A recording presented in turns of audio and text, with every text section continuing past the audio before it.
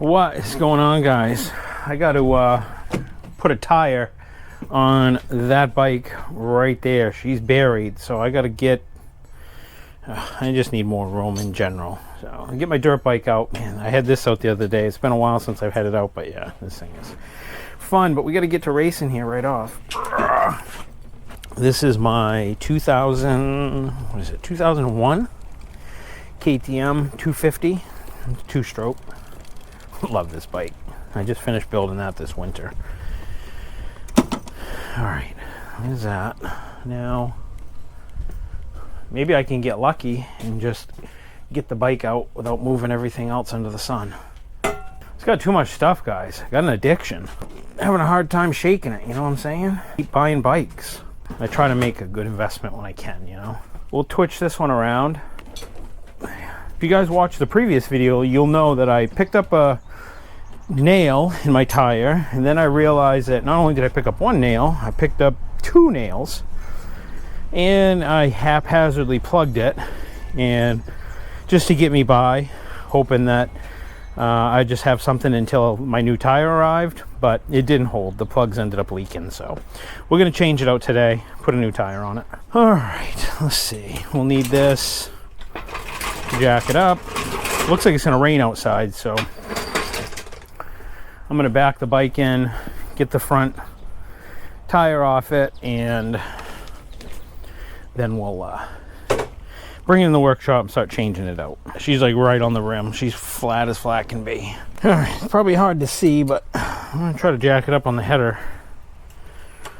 Yep. Oh yeah, that works. And I have it up on the center stand too, so it's balancing on the center stand. So I'll have to take off the brakes, the brake calipers, axle nut, start loosening up some stuff. Come on. For you guys that aren't aware of this or you're new to the channel, this is my 2003 Suzuki Katana 600. It's a GSX 600F. And I bought this bike a few years ago with 11,100 miles on it. It was completely original, still having the original brake pads. Everything was original except for the aftermarket Yoshi exhaust. And the bike had been wrecked when I bought it. Somebody had haphazardly fixed it up, put it back together, and the guy I bought it from had it for 10 years. I drive this everywhere all the time. Super reliable. It's old school. It's carbureted.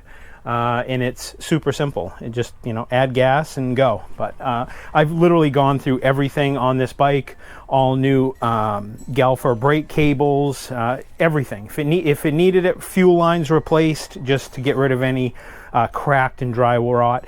You know, because like I said, I want this to be my daily driver, so it is extremely dependable, and it's a very well-serviced bike. When I bought the bike, surprisingly, I paid $700 for it. It's not what he was asking, but that's what I paid. And it looks just like it does pretty much right now, except for the paint was nasty looking. So I had the bike repainted, changed out the blinker colors, cleaned up the tail of the bike, changed everything over to LED lights. Yeah, I just went through the bike and just adjusted and serviced everything. Screwdriver. Matter of fact, I think this actually still might have the original brake pads on the front. They're probably getting down there, but we'll look. But I'm pretty sure that they're the originals. The backs, I think I already replaced. There we go. That's a lot easier doing it this way.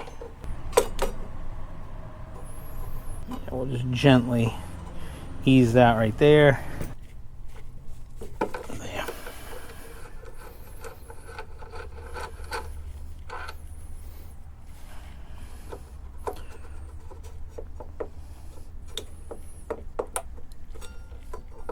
I'm just gonna let the jack down just a little bit so that the tire touches right there. Oh my god, this is heavy. It's got a lot of tension on it. There we go.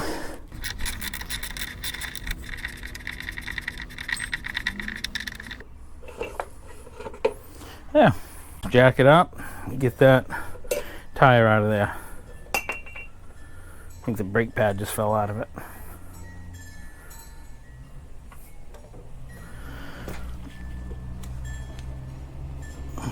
There we are. Oh no, it's a spacer.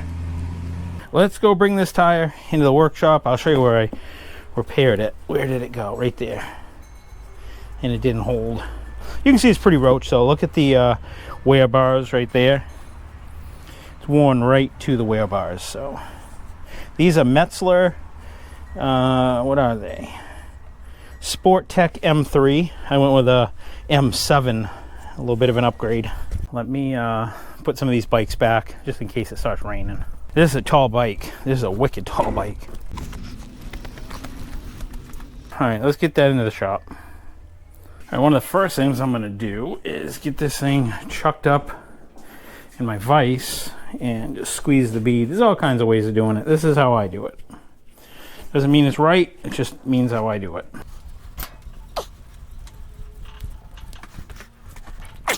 So now I got that supported there. Now I just take a hand clamp.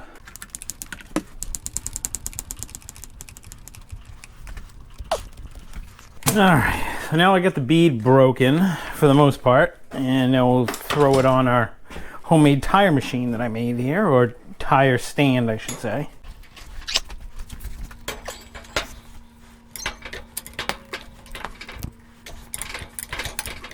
Grab some, got some wheel protectors here. They work okay.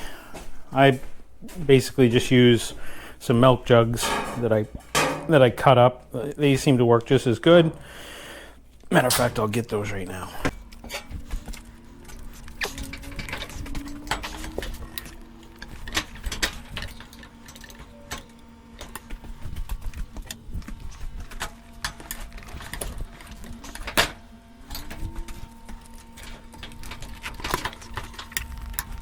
Key is to make sure you get under the lip of the tire so you don't slip and then scar up your rim. There, should just about be ready to come off. There, this should finish it off right here.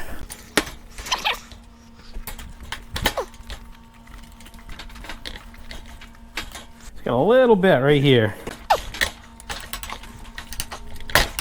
There it is. All right, so that side's off. And we just gotta flip it around and get the other side.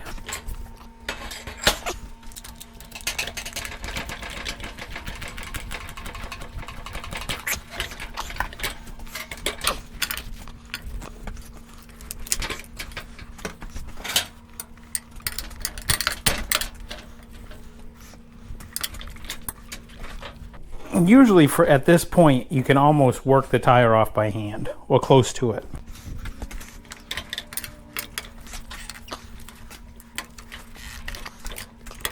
There, yeah, I should be able to get the rest of it off by hand now.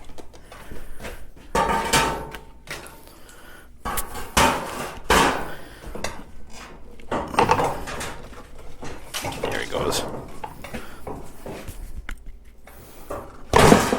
There we go. Just like that. All right.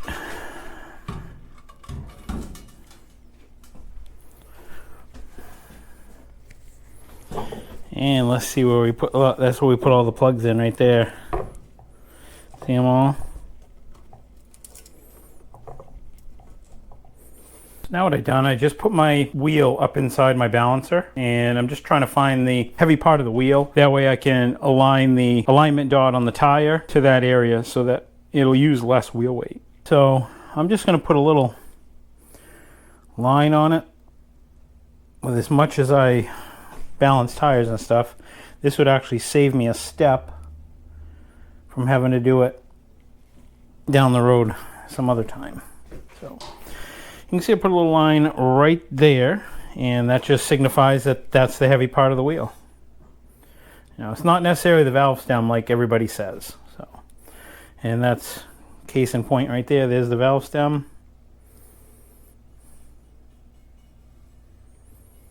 And you'll see it'll settle out right down at the bottom. And there it is. It may not matter, but I'm just pulling the decals off these. Just,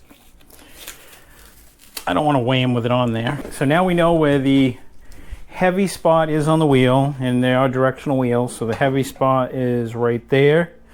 And we need to Check the tire over. We got a red dot here.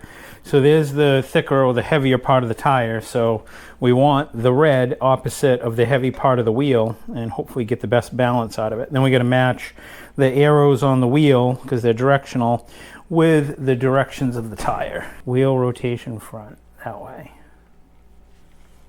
Okay, so that's right. So that goes on just like that. And there's the red mark right here. And there's the heavy part of the wheel right there. So just needs to keep it close enough to opposite of it. And just put a little bit of soap in a water bottle and squirt it on.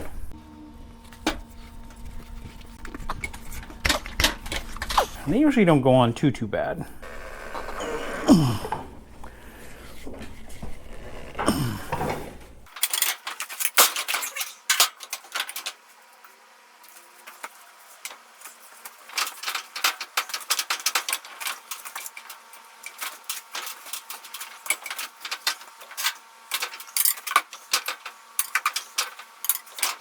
Almost there, guys. And I just put a clamp on each side just to help keep the tire below into the thinnest part of the wheel. Yeah, it's got to pull this side on. That should be it. There we go. I just flipped the wheel over and put a little bit more of that soapy solution on the wheel just to help lubricate it so the bead sits better.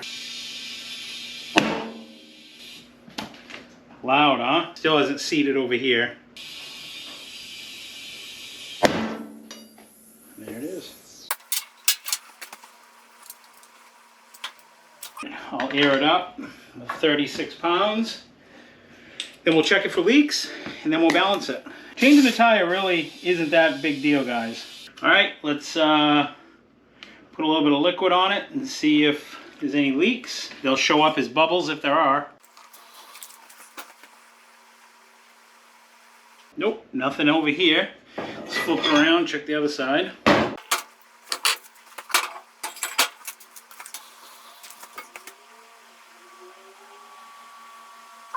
And then the one last check, we'll squirt a little water down inside the valve core and make sure that's not leaking. And that looks good. All right, so we are ready to balance it.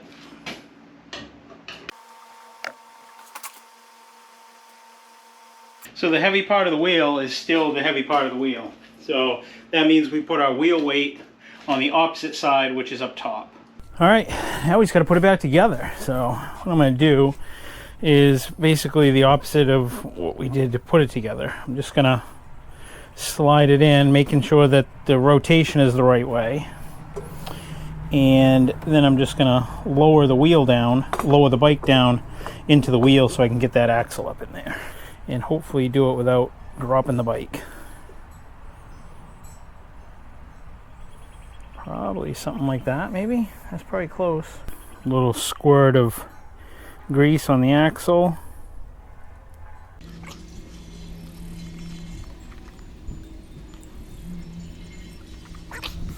Get her lubed up all good. And we gotta remember to put that spacer on the other side too, remember?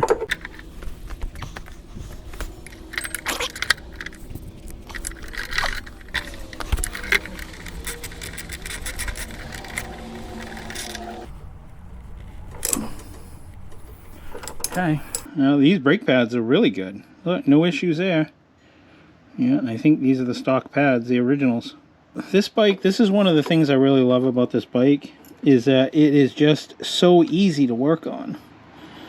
I love working on it. It's fun. Well, I like driving it too, but...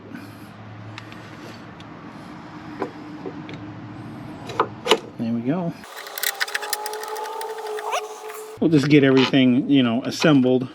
And then we'll go through and torque everything after.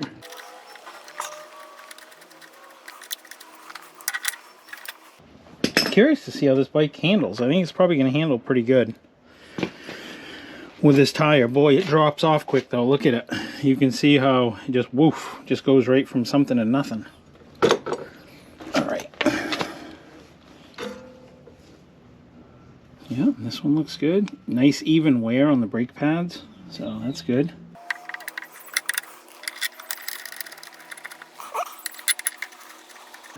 doesn't get much simpler than that, guys. That's pretty easy. All right, get a torque wrench and some torque specs and get this thing figured out. So one of the things that I've done to make my life a little bit easier, guys, is I have a binder. I've made a small book for all my bikes. So when I do maintenance, that I know I've got it all right, easily accessible. So this obviously is my Suzuki.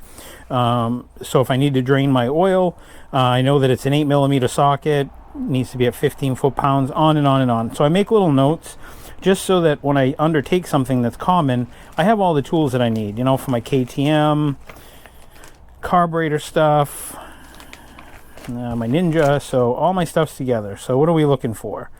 Front brake caliper mounting bolts. It is 28 foot-pounds for those. And what do we need? Front axle, front fork, front axle nut, 32. No, that's not a nut. That's the pinch bolt, 16.5. This one doesn't have a nut. This actually has a front bolt. So yeah, I'll have to look that up. I can't remember what that is, but it's not a big deal. I think those are what, 12? I think 12 millimeter, maybe 14. And what do we say? 26. Front brake caliper mounting bolt, 28. So we got to set this for 28. So there's 25, 6, 7, 8. 28 right there.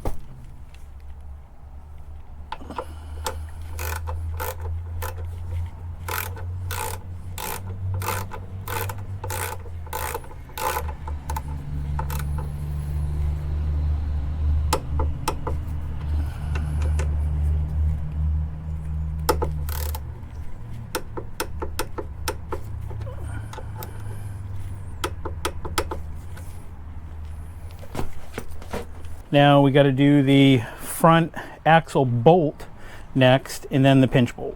All right, I updated everything. It is actually 47 foot-pounds, and I changed it from a bolt, and then I made little notes what side the front axle pinch bolts were and what size the caliper mounting bolts were. So next time I do it, I don't even have to look, I'll just know. Now I'm going to let down the front end a little bit.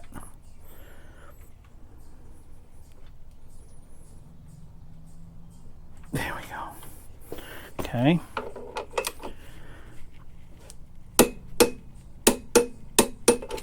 Okay, now we'll take it outside, compress the suspension, then we'll tighten down that pinch bolt on the fork. Let it down. And there it is. Want to make sure that there's no bind in that front fork. It should be, yeah, that's finger tight, so that's good. Okay. All right, here we go again. Okay.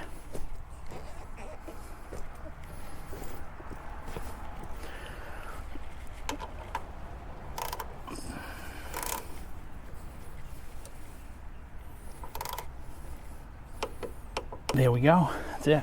Done. Just like that, this project's finished. Sweet.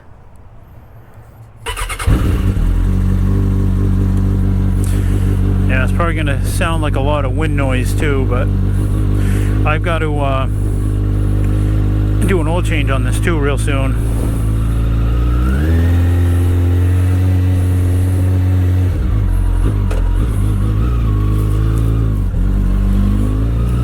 And I'm squidding it right now.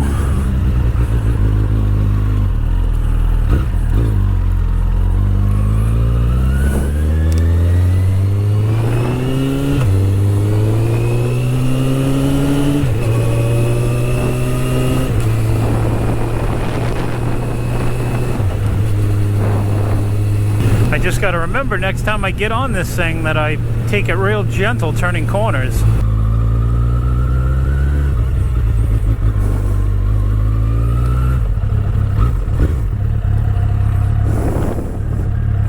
I bet that tire turns in quick though, because it's got such a real steep profile on it, but I'm not going to mess with it today. We'll break it in another day.